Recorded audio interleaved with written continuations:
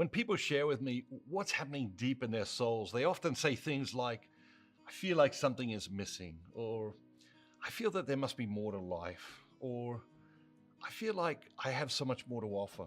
People younger than you would think and people older than you would expect share these very same sentiments. We describe them as feelings, but they're not. Well, they may be feelings, but they're also so much more than that. We describe them as feelings because we lack two things: the courage to claim them as sacred truths and the spiritual language to adequately describe them. Worse than lacking the courage to claim them as sacred truths about ourselves, we often treat them as human malfunctions. We think of them as negative experiences.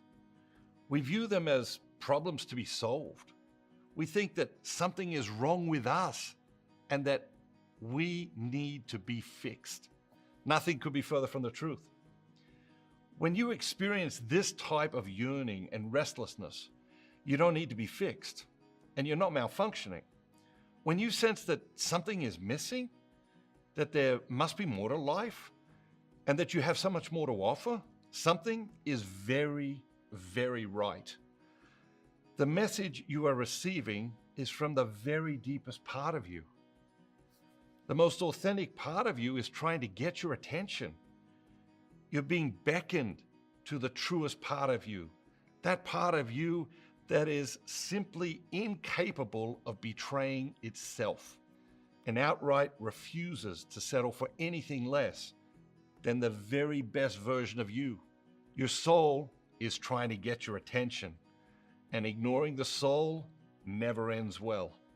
Listen, follow, go where it leads you. Don't brush these messages aside. Don't try to avoid them or pretend they don't exist. Be patient. After all, if you cannot be patient with your very self, how will you ever muster the character to be patient with life as it unfolds and with other people? Another mistake we make is to get frustrated thinking we have already dealt with these matters. These are not once in a lifetime phenomenon. They tend to emerge anew whenever necessary, in different seasons of life, especially during transitions. And we are constantly experiencing the transitions of life, though we often don't acknowledge them. We transition from life in the womb to life outside the womb, and so it begins. That first transition is traumatic. And many of life's transitions after are also traumatic. And unacknowledged trauma is the hardest trauma to make peace with. We transition from high school to college, from college to the workplace, from one job to another, from one romantic relationship to another, from being a child to being a parent, from being healthy to dealing with illness, from a bustling home with children to an empty nest, from being parents to being grandparents, to name but a sampling of life's transitions. Life is transition. Life is full of transitions. So, if you have the sense that something is missing, you are absolutely and 100% right. Don't doubt that. Explore it. Resist the temptation to be in a hurry to resolve it and accept its invitation to journey wherever it leads you. Toward the end of each year, I spend time reflecting on the year that has been and the year that is to come. As part of one of the exercises that make up this annual ritual, I choose a word to serve as a theme for the coming year. The word I chose for this year was reclaim.